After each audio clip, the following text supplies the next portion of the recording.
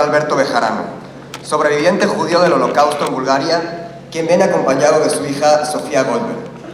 Los invito a subir al estrado para compartir su historia.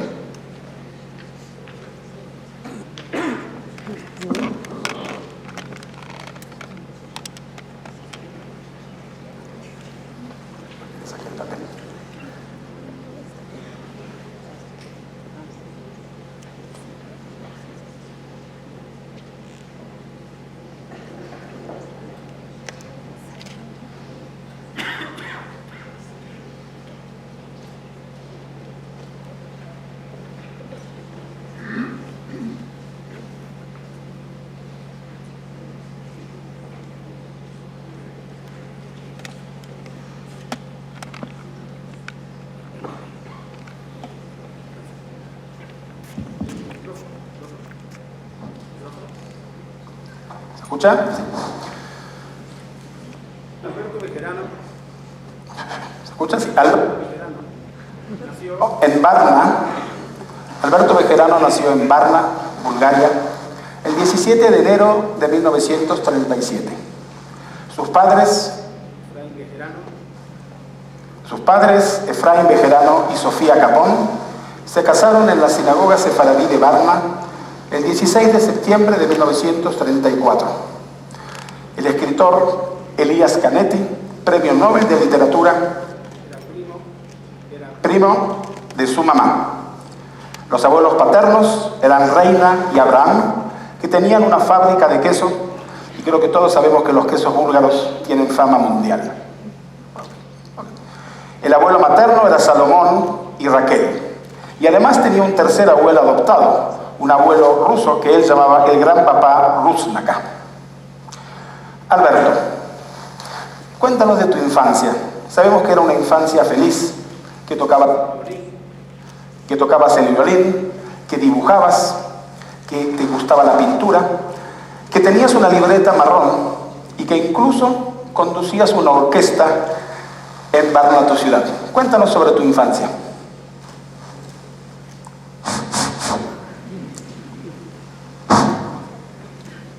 Bueno, mi infancia fue la normal de un niño en aquellos tiempos, hasta que llegó el momento difícil, el mal momento de la ocupación alemana. En ese momento las cosas cambiaron dramáticamente.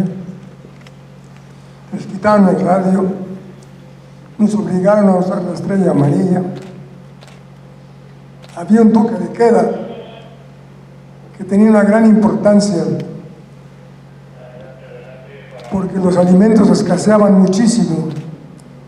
Llegaban de los pueblos de los agricultores tempranísimo en la mañana, a medianoche podría decir, y para cuando permitían a los judíos salir a la calle, que era por ahí de las 7 de la mañana, ya no quedaba prácticamente nada. Nos alimentábamos de papas y cebollas podridas y vegetales desechados por los demás búlgaros, demás personas, porque no había más que eso. Yo pesqué una colitis que me duró muchos años debido a los alimentos descompuestos que tuve que comer. Y después vino el cambio donde nos obligaron a salir de nuestras casas y fuimos a parar a un pueblo, en ese pueblo llamado Preslav, no muy lejos de Varna. Y nos alojamos en un cuarto en la propiedad de un campesino búlgaro, y la verdad sea dicha, nos fue mucho mejor ahí, porque ahí compartíamos el alimento con ellos, con los búlgaros, que era mucho mejor que en Varna, que donde escaseaban tanto. Y ahí pasamos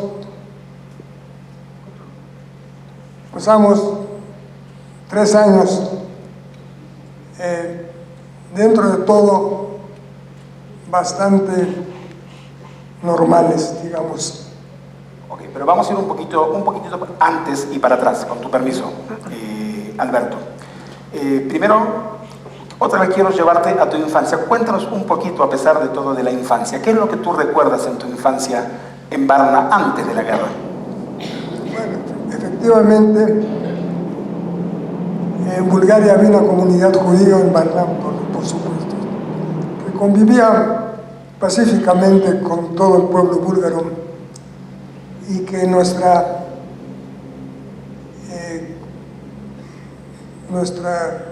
evento, digamos, principal y frecuente era la visita a Morskata Gradina, o sea, el jardín del mar, que era un parque en la orilla del mar, muy visitado por todos los habitantes de Varna y que tenía un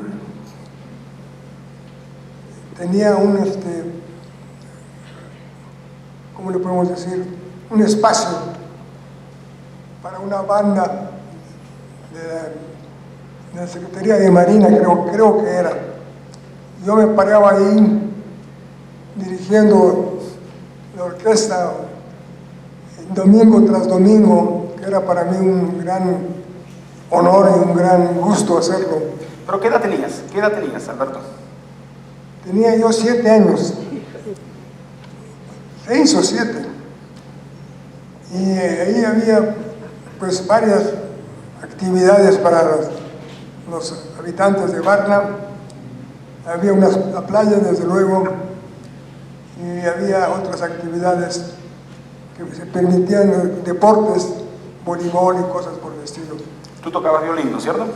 Yo estaba estudiando violín, no llegué a tocarlo, pero sí lo estaba estudiando. El violín es un instrumento magnífico, pero difícil, y requiere mucho tiempo de estudio para tocarlo claramente, y yo no llegué a perfeccionarme, sinceramente hablando. Y entonces ocurre el primer contacto con México. En realidad, la abuela Raquel y las tías Pili y Becky van a México. Cuéntanos, ¿por qué? ¿Qué recuerdas de eso? Bueno, el que fue el primer miembro de la familia que fue de Bulgaria a México fue un tío abuelo mío, Gerson Papo, hermano de mi abuela.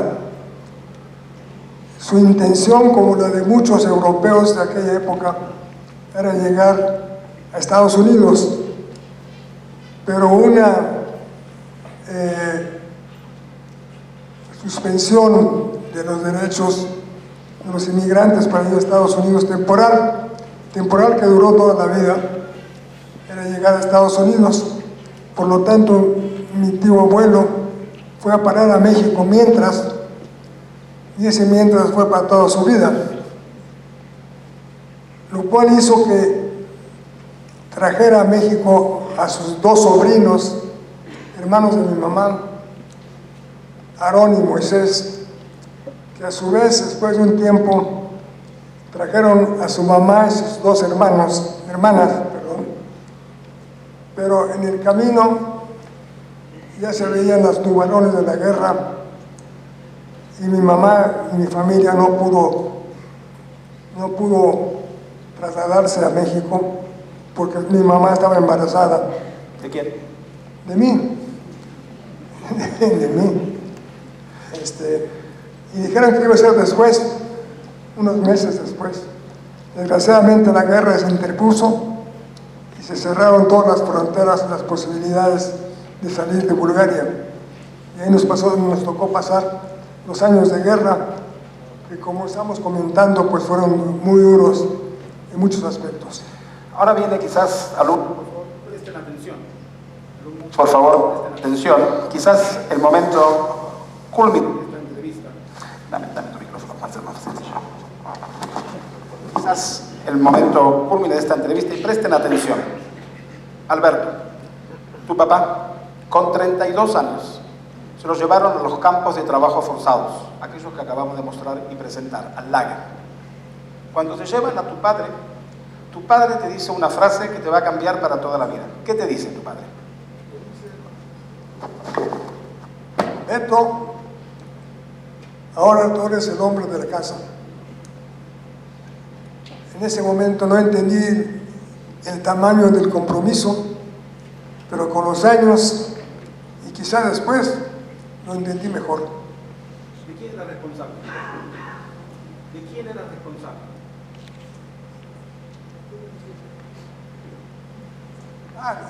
Claro, de mi mamá y de mi hermano.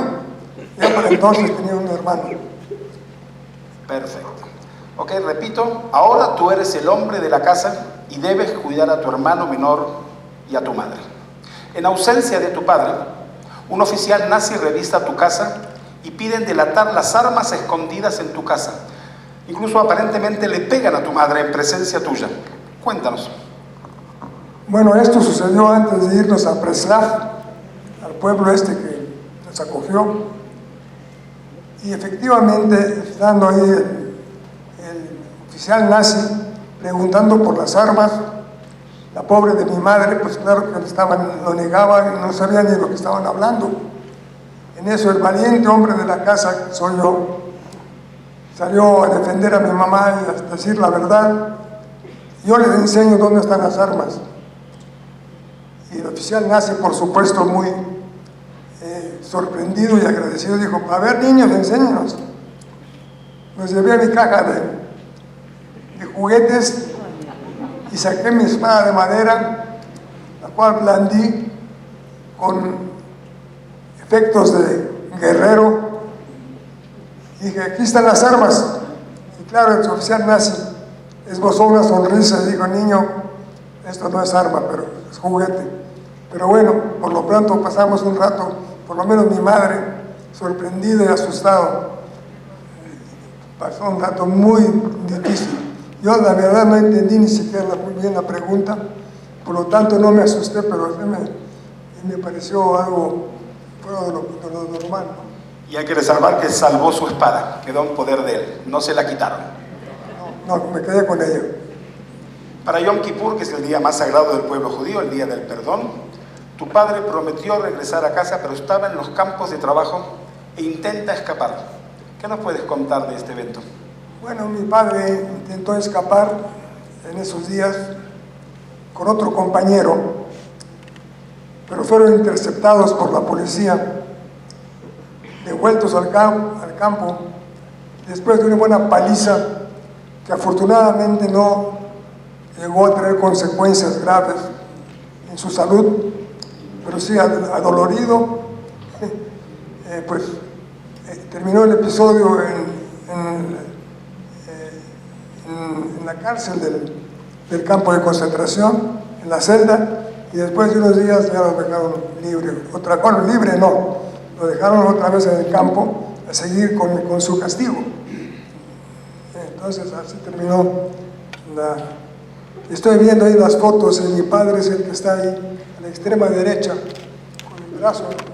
el brazo en la cintura y con una gorra en la cabeza. Como dije, las tácticas evasivas del rey Boris III y la orden de la deportación de los judíos, inteligentemente el rey Boris III cumple la orden de deportarlos, pero deporta al interior del país y no a Polonia.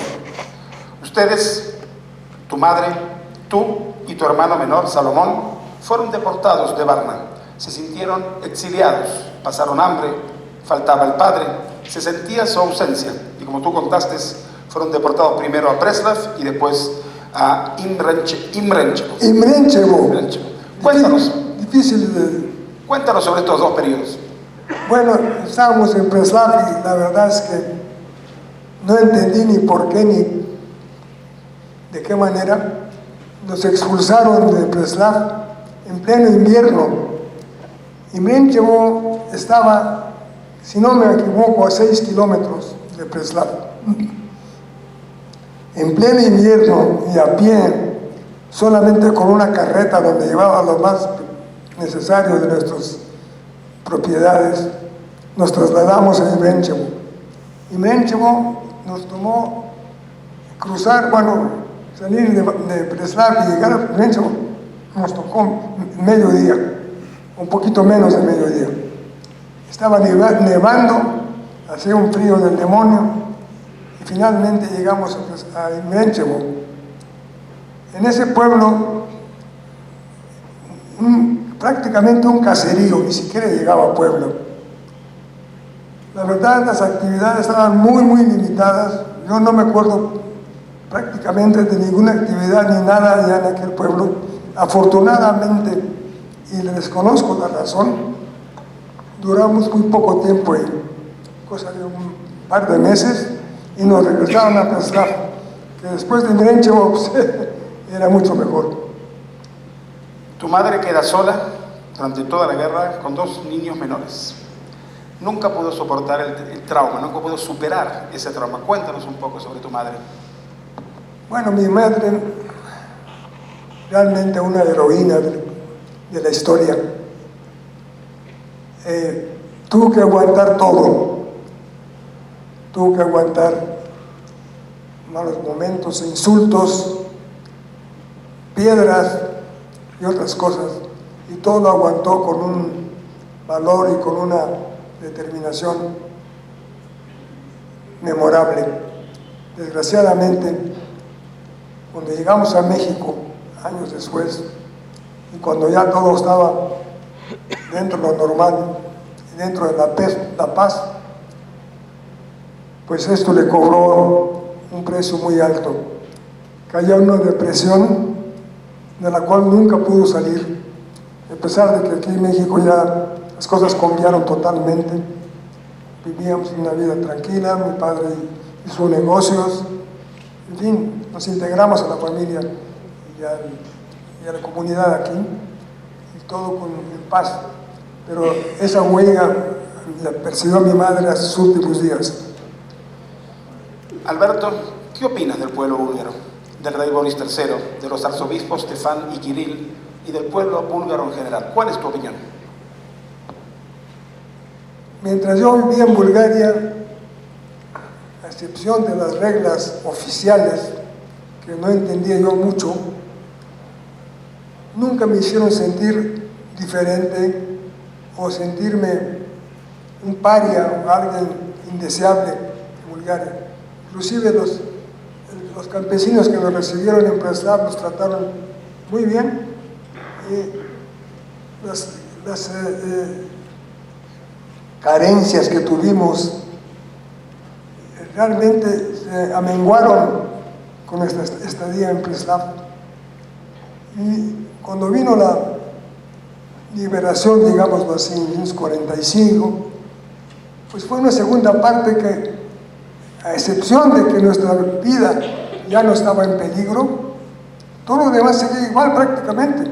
Bajo el control ruso había una limitación tremenda de viajar, había una necesidad de alimentos también, había cupones, había toda una serie de restricciones, había la obligación de ayudar a los campesinos el fin de semana a ir a levantar la cosecha. Así que mi padre, que ya había conseguido un empleo, después tenía que ir todavía el sábado y el domingo a ayudar a levantar la cosecha y otras actividades. Entonces, ya viene la segunda parte donde conseguimos el famoso pasaporte, pero eso ya es otra pregunta. Sí. Tu madre sufrió 12 años separadas de su madre y sus hermanas, y finalmente el 5 de mayo de 1948 llegaron a México. Un happy end, aunque sea parcial. Cuéntanos sobre tu llegada y qué opinas de este país que abrió tus puertas. Sus puertas. Mi padre viajó a Sofía, la capital, en varias ocasiones durante los años finales del 44 y 45, tratando de conseguir un pasaporte, poder salir de Bulgaria, que estaba totalmente restringido. Y en uno de esos viajes se encontré a un amigo en la calle, un amigo de la escuela, y le preguntó: Efraín, ¿qué haces aquí? Pues tratando de conseguir un pasaporte. El señor un judío, por cierto, no me acuerdo de su nombre, le dijo: no, te dejaban ir. El señor había llegado a ser secretario general del Partido Comunista, quizás la segunda persona más poderosa en ese momento del país. después del presidente. Le dijo, yo lo arreglo. Le sacó de su bolsillo un sobre, escribió una nota, le dio a mi papá. Mi papá, loco de alegría, regresó a Varna diciendo, nos vamos la semana que entra. Y efectivamente, gracias a ese permiso y esa autorización, en pocos días ya estábamos en camino a Bulgaria, a México. Claro que el tren en el que íbamos de Varna a Sofía no tenía salón comedor ni nada por el estilo. Entonces, mi papá, que era un hombre inteligente, Bulgaria era uno de los pocos países que tenía tabaco en el sur del país, después de la guerra. Entonces compró cajas de cigarros y los fuimos cambiando en las estaciones de tren por alimentos, porque el tren no tenía comedor ni comida que se vendiera, y en Bulgaria estaba racionada. Entonces, pues, ese fue muy inteligente de su parte y así subsistimos. Llegamos a París, de ahí tomamos un barco en un puerto francés, llegamos a Cuba. Ahí pasó algo curioso, porque nos dieron alojamiento, pero no nos dieron para comer. Entonces, esa noche, la única que pasamos en La Habana, bajamos ahí del hotel, salimos al hotel. Había un parque, un pequeño parque, que estaban pasando unos anuncios luminosos. Papá tenía en la bolsa $1.50, quién sabe de dónde. Comimos un hot dog cada quien de 25 centavos, $1, los cuatro. Y después vimos el espectáculo, que era un anuncio luminoso de Janssen, de una muñequita que brincaba y caía en el agua y salpicaba. Así nos quedamos maravillados, viéndolo una y otra vez.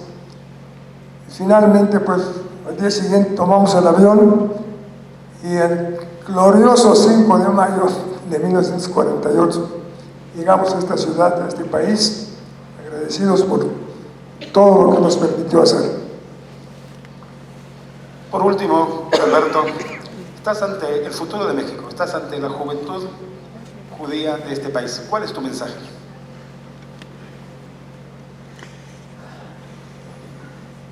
Mi mensaje sería nunca dejar de creer, nunca dejar de tener una punta de optimismo y sobre todo superarse a sí mismo, que las cosas se irán acomodando. Aquellas personas que creen en el futuro, aquellas personas que están preparadas, aquellas personas que siempre han creído que va a haber algo mejor. Muchas gracias a todos ustedes y jóvenes, les deseo el mejor futuro posible. Sofi, su hija, escribió el libro de su historia, El Jardín del Mar, pero también tú tienes un mensaje, ¿no es cierto, Sofi, que me diste dar el día de hoy, ¿no es cierto, Sofi? Por favor. Bueno, yo quería, y me voy a poner de pie por respeto al pueblo búlgaro. Yo creo que cuando salvaron a esa comunidad judía, no se imaginaban que iban a salvar a generaciones. Cuando salvaron a mi abuelo y a mi padre, me salvaron también a mí, salvaron a mis hijos que están aquí sentados, salvaron a mis nietos, porque al salvarlos a ellos, salvaron a todas las generaciones que vendrían después. Así que ese acto de solidaridad, de hermandad, es el fruto hoy. Estamos aquí frente a ustedes y quiero pedirle a la embajadora Milena Ivanova que en nombre de mi familia le dé las gracias al pueblo búlgaro, porque gracias a ustedes no nos convertimos en un cadáver dentro de una fosa común.